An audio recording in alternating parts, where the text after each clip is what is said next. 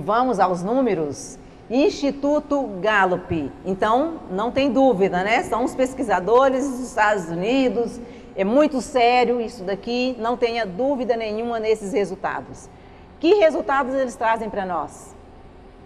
Olha aquele número, olha a pesquisa feita em 142 países. Eu acredito, eu não fui buscar saber disso, que o Brasil esteja nessa, porque o Brasil já está dentro do ranking dos países não tão pobrezinho assim, ele já entra nesses rankings. Com 225 mil pessoas, que eu estou falando, são pessoas, colaboradores das mais diversas empresas públicas e privadas. E esse número é assustador. Vocês imaginam que só 13% são engajados? Aí eu quero perguntar para os líderes que estão aqui, e quero perguntar para vocês, será que isso aplica aqui nesse grupo? O estudo mostrou isso. Quem é que são as pessoas aqui que estão engajadas, né? Aí é cada um que vai pensar em si. Meu Deus, será que eu estou engajado? Vou lembrar do que ela falou lá atrás, aqueles pilares do engajamento.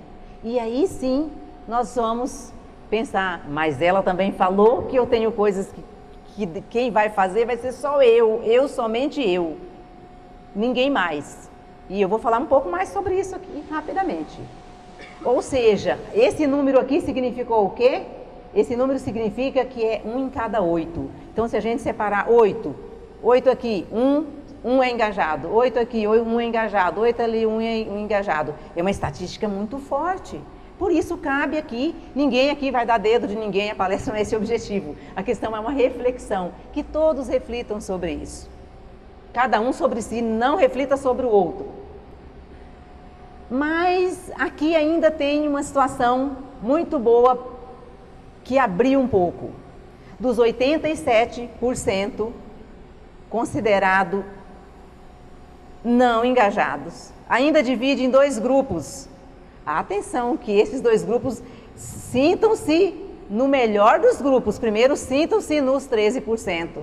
Mas se você não estiver nos 13%, então sinta-se em um desses 2, nos 63%, por exemplo, que são os desengajados. Esses desengajados aqui é de baixa, olha o perfil dele, baixa motivação, performance mediana, quer dizer assim, está na média, se falar faz, ele faz, né? Mas não falta ao trabalho.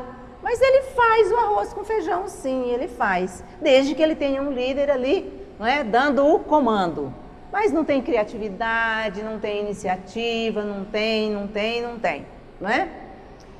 E ele também tem menos disposição para contribuir. Então o engajado chega lá, vem aqui, colabora comigo nisso. Ele certamente não está muito afim disso não. Eu cuido do que é meu. Olha, esse foi o meu conceito de Elizabeth, vou dar mais um exemplo aqui. O meu conceito foi sempre assim: eu estou contratada para trabalhar 8 horas. Se eu tiver que tirar aquela caixa dali, ou se eu tiver que escrever um texto aqui, eu vou fazer. Eu estou contratada para isto. Faz sentido isso? A cultura oriental, e aí tem gente por aqui que conhece melhor, né? Diz o seguinte, eu fiz curso no Japão também. E aí, isso foi um exemplo que eles disseram, eles mesmos falando deles, eles deram esse exemplo. Falaram assim, olha, para nós, nas nossas empresas são assim, se tiver uma caixa dessa aqui no corredor onde alguém vai passar, não interessa de quem é a responsabilidade, não interessa quem deixou neste lugar. O que interessa, sabe o quê? Que o primeiro que passar vai pegar essa caixa e vai colocar no lugar. O que significa isso? Na nossa cultura brasileira, e tudo que eu estou falando da cultura brasileira, porque aqui isso certamente não acontece, mas na cultura brasileira acontece. Isso não é da minha responsabilidade. Eu pegar uma caixa, imagina, eu sou engenheiro, né? Eu sou a líder, eu não. E aí fica. Então não está engajado também com a empresa, com a organização. Se não está engajado com a organização, bom, mas o pior de tudo, não seja, nenhum de vocês aqui deve encaixar nisso e não se sintam mesmo que é, olha, os 24% estão insatisfeitos, improdutivos e tende a contaminar os colegas com a negatividade. Essa questão de contaminar os colegas, isso é quase que automático, isso acontece. A pessoa vê... E eu vou dizer o que é a negatividade, senão eu vou ficar explicando isso daqui na frente tem um outro slide que eu vou mostrar bem essa questão da negatividade, como que acontece. Então, assim, é negativo, gente, saia de perto, ou tente ajudar, se não der para ajudar, saia de perto. Não se deixe contaminar pelo negativo. Não, olha, eu já vi pessoas e mais pessoas dizerem para mim, lá no meu trabalho tem uns puxa-saco, desculpa a palavra, mas a gente escuta isso mesmo, não é isso? Um puxa-saco.